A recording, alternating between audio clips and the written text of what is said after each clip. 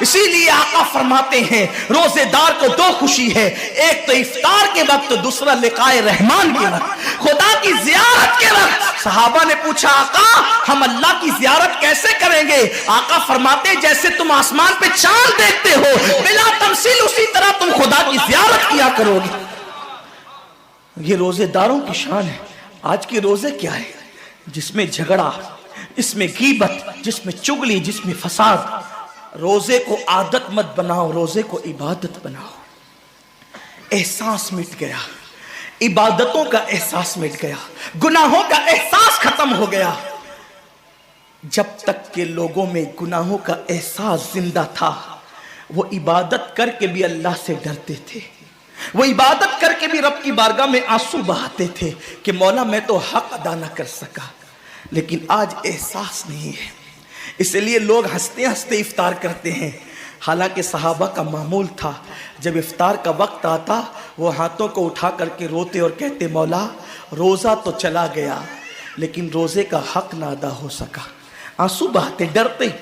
لیکن آج ایسا کچھ بھی نہیں ہے، ہماری ساری نیتیں تو دسترخوان پہ لگی ہوتی ہے افطار کے وقت۔ آئیے ایک بات نکل آئی، احساس گناہ۔ کیا ہے احساس گناہ؟ آقا نے فرمایا نا کہ جب رمضان شریف کا حق ضائع کر دو گے تو اللہ تم سے عزت کو چھین لے گا، تم ذلیل و رسوا ہو جاؤ گے۔ احساس ختم ہے گناہ کا، اسی لیے رمضان شریف میں بھی گناہ کرتے ہیں، اور گناہ کر رہے ہیں تو ذلیل ہو رہے ہیں۔ احساس کسے کہتے ہیں؟ احساس یہ ہے کہ میں نے کیا کیا، چھوٹے سے گناہ کو بڑا سمجھنا میں نے کیا کیا۔ ایک خاتون بارگاہ رسالت میں آئی اور عرض کیا یا رسول اللہ مجھ سے زنا ہو گیا ہے، میں نے بہت بڑا جرم کر لیا ہے، آپ مجھ پہ حد لگا دیں، حد جاری کر دیں تاکہ میں گناہ سے پاک ہو جاؤں۔ اللہ کے حبیب نے احساس گناہ دیکھ کر کے فرمایا کہ جا، ابھی تیرے پیٹ میں بچہ ہے، تیرے جرم کی سزا تیرے پیٹ کے بچے کو نہیں دی جا سکتی، اگر تجھ پہ حد لگے گی تو وہ بچہ بھی ختم ہو جائے گا، جب بچہ پیدا ہو جائے اس کے بعد آنا۔ بچہ پیدا ہو گیا تو وہ لے کر کے آئی، آقا فرماتے ہیں تیری جان چلی جائے گی تو اس کی پرورش کون کرے گا، اس کو دودھ کون پلائے گا؟ جا اس کو دودھ پلا اس وقت تک جب تک یہ کھانے نہ لگے۔ وہ بچے کو 2 سال تک دودھ پلاتی رہی، اور جب بارگاہ رسالت میں آئی تو بچے کے ہاتھ میں روٹی کا ٹکڑا دے کر کے آئی۔ بچہ روٹی کھا رہا تھا، عرض کی آقا مجھ پہ حد جاری کریں تاکہ میرا گناہ جو میرے دامن پہ لگا ہے وہ دھل جائے۔ حضور نے 3 مرتبہ اس کو اپنے دروازے سے ٹالا، اگر کوئی دوسرا ہوتا اس کو ڈھیل دی جاتی تو وہ بھاگ جاتا، دوبارہ پلٹ کرنا آتا، لیکن احساس گناہ تھا، گناہ کا احساس تھا کہ یہاں گناہ مٹ جائے تاکہ وہاں جواب دینے سے بچ جاؤں۔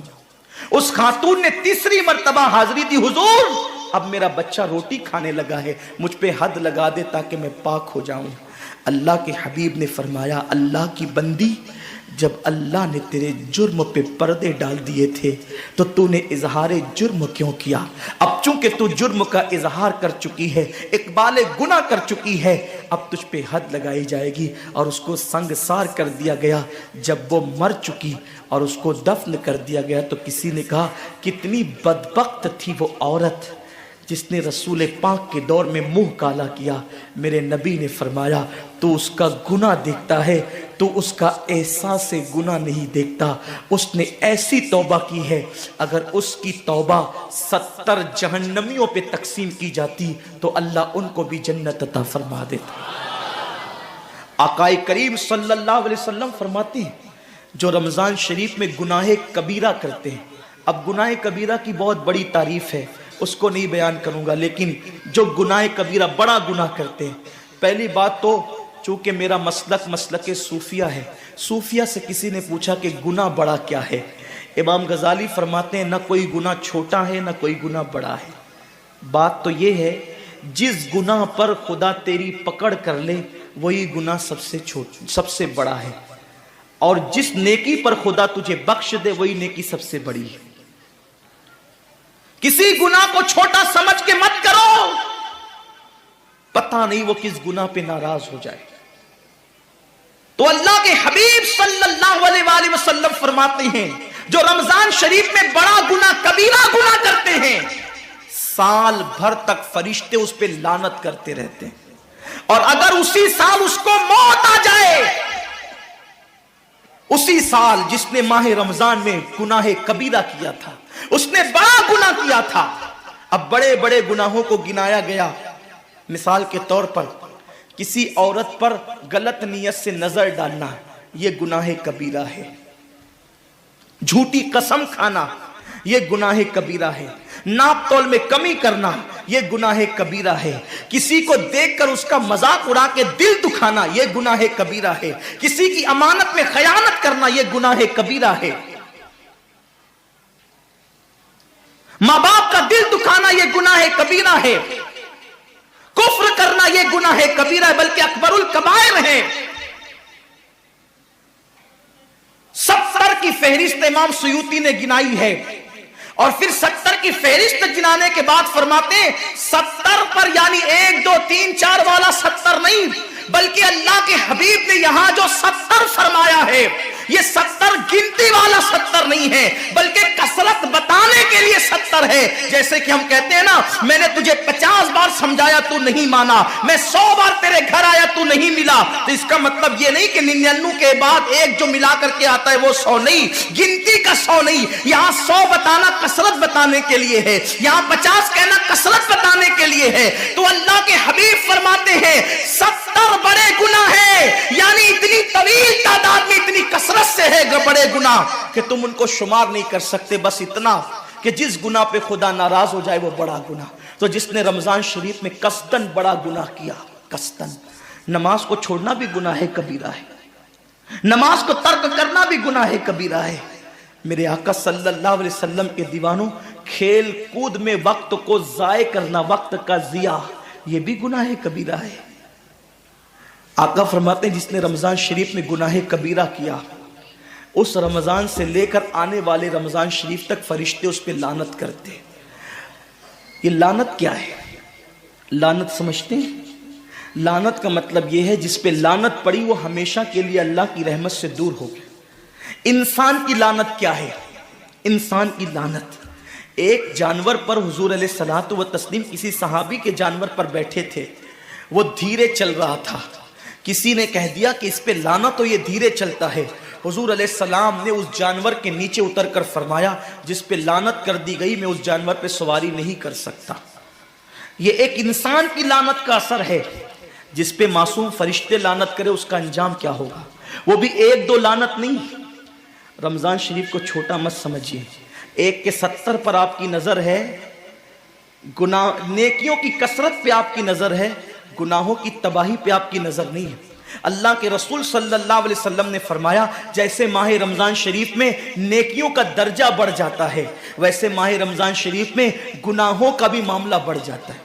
یعنی اگر رمضان شریف میں تم 1 گناہ کرو گے تو اور دنوں کے اندر جو گناہ کرتے تھے اب اس گناہ سے زیادہ تمہیں عذاب دیا جائے گا، کیونکہ آپ نے ماہ رمضان کی حرمت کو پامال کیا ہے، آپ نے ماہ رمضان شریف کی عزت کو پامال کیا ہے۔ تو سوچو انسان کی لعنت پڑے، یہ حال ہے۔ تو جس پہ فرشتوں کی وہ بھی 1 2 نہیں، پورے سال تک فرشتے لعنت کرتے ہیں، اور اللہ کے نبی صادق و مصدوق نبی نے فرمایا کہ اگر وہ اسی سال رمضان شریف آنے سے پہلے مر جائے تو اس کے پاس کوئی نیکی نہیں ہوگی جو اس کو جہنم کی آگ سے بچا سکے، اور اس کا ٹھکانہ تو جہنم ہی ہوگا۔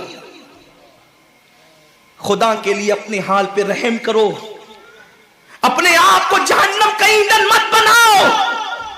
ہمارا جسم اتنا طاقتور نہیں ہے کہ ہم اپنے جسم پر جہنم کے عذاب کو برداشت کر سکے۔ میری قوم کے جوانوں، اپنی جوانی پہ اترانے والوں، اپنی قوت پہ ناز کرنے والوں، اللہ کے رسول صلی اللہ علیہ وسلم فرماتے ہیں کہ جہنم کی آگ کی ایک چنگاری اگر دنیا کے سمندر میں ڈال دی جائے تو دنیا کے سارے سمندر آگ سے بھڑکنے لگے۔ اس چنگاری کو، وہ جہنم کی چنگاری کو سمندر ٹھنڈا نہیں کر سکتے، بلکہ سمندر کو وہ ایک چنگاری